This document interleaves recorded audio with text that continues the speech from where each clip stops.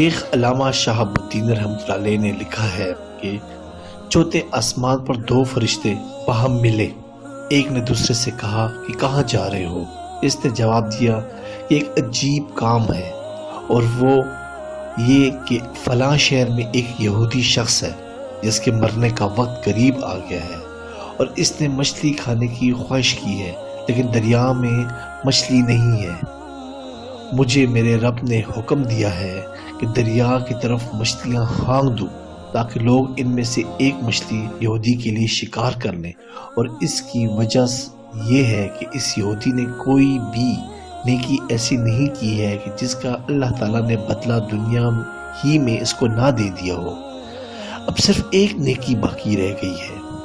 اس لیے اللہ تعالیٰ چاہتا ہے کہ اس کی خواہش کی چیز اس تک پہنچا دے تاکہ وہ دنیا سے ایسے حال میں نکلے کہ اس کے لیے کوئی نیکی نہ ہو۔ اس کے بعد دوسرے فرشتے نے کہا کہ میرے رب نے مجھے بھی ایک عجیب کام کے لیے بھیجا ہے، اور وہ یہ کہ فلاں شہر میں ایک ایسا مرد صالح ہے کہ اس نے جو برائی کی اللہ تعالیٰ نے دنیا ہی میں اس کا بدلہ اس کو پورا کر دیا، اور اب اس کی وفات کا وقت قریب آ گیا ہے، اور اس نے روغن و زیتون کھانے کی خواہش کی ہے، اور اس کے ذمہ صرف ایک گناہ ہے، اور مجھے میرے پروردگار نے حکم دیا ہے کہ میں روغن و زیتون کو گرا دوں، یہاں تک اس کے گر جانے سے جو اس کو رنج و غم ہوگا